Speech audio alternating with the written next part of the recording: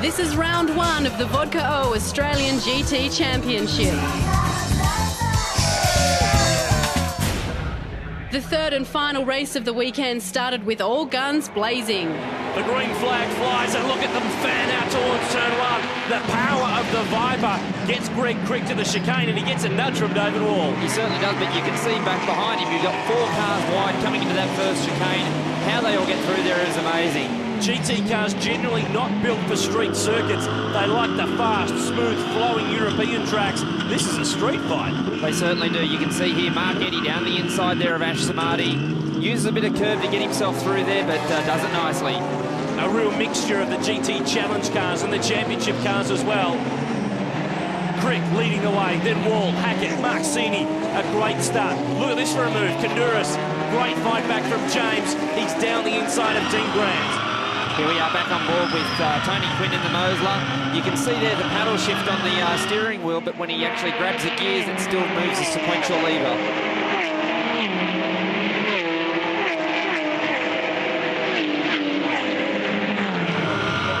Tony Quinn into pit lane in the Mosler. Ongoing problems for this team this weekend. Mark O'Connor's Lotus Exige was punching way above its weight class. It's amazing to think that this car has got a 1.8-litre four-cylinder engine. It's class leader, and it's beating a 7-litre Corvette. He's doing a fantastic job out there. As you can see, he's stuck there in a Porsche sandwich. He's got Michael Locasano there in front. The bumpy street circuit caught out several drivers over the course of the weekend. James Kanduris having a look at the back of Mark Sini. Look at Theo Kanduris.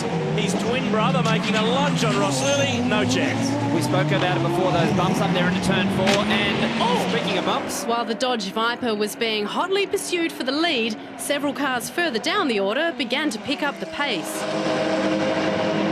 Just close your eyes. You'd think you were at the Le Mans 24-hour. Great sounds. Here's Andrew Taplin in the Lamborghini Gallardo. Coming into this high-speed turn 8, about 185 kilometres an hour through there. The V10 of the Lamborghini absolutely singing through there. Then hard on the brakes down here into turn 9. This is about a 50-kilometre-an-hour corner, so it's a big break. Just under 1,300 kilograms for the Lamborghini Gallardo. 4 wide into turn 9. Peter Hill now in a Lamborghini, switching from Porsche in the off-season. And Mark Eddy, the Audi, nearly got another scratch. It certainly was. The big winner in all of that was Jim Richards. He managed to pick up 2 places. But as you said, we're here on board with Mark Eddy in the beautiful Audi R8.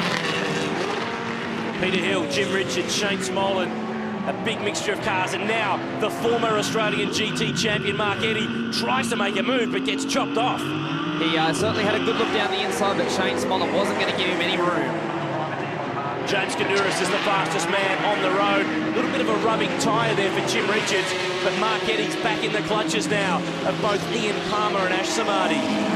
Here's the new Ascari, Darren Berry, behind the wheel, still feeling his way with this new car. He certainly is. You can hear that beautiful BMW V8 in the back of this car. This is really just a learning weekend for Darren and his guys, a chance to sort of get some miles under their belt and see what they can do with this car. It's a big step up from the Mini Challenge, but it's a fantastic new addition. Greg Crick tried valiantly to hold on to the lead, but it was clearly just a matter of time before the reigning champ made his move. The former GT champ and the current GT champ getting stuck into it. The Vipers had some overheating problems this weekend, and Greg Crick's got, well, he's got another problem. It's a Porsche. He certainly has, and obviously the characteristics of these 2 cars, the Viper is about 150 kilos heavier than the Porsche, so certainly coming up here into turn 4, this is where you'll try and see David Wall. Here he goes down the inside. Nice clean move there. And the Porsche, perfectly poised, rear-engine, 6-cylinder car, so precise. Then on the last lap, there was room for one more show of strength. Peter Hackett closing in, hasn't raced full time for the last couple of years in this series. And have a look now, Kanduris is having a run. You can see James gets the run onto the back straight, looks to the inside there, but watch the power of the Lamborghini. The Lamborghini really starts to stretch its legs down here towards turn 8. 535 horsepower from the Lamborghini, the Porsche 440, and the change and the difference is noticeable. Absolutely, you can see the power of the Lamborghini really comes into its own on the back straight there, but down here under brakes, back into turn 9, again you can see the Porsche closing up. David Wall takes 3 from 3 in Adelaide, the perfect start to 2010. Greg Crick hangs on in the Viper. 4 different cars in the top 4 spots, separated by less than 4 seconds. Theo Kourouris rounds out for 10. GT Challenge goes to Jordan Ormsby, and GT Production to Mark O'Connor. David, congratulations. Unbelievable job. You've just really dominated here this weekend. How do you feel? I just want to thank my family. It's a big family effort from us. We run the car ourselves from our workshop, and this track really suited us. I don't know if we'll be the same at Melbourne. I think look out for the Lambos, and Greg and his Viper really suit those cars.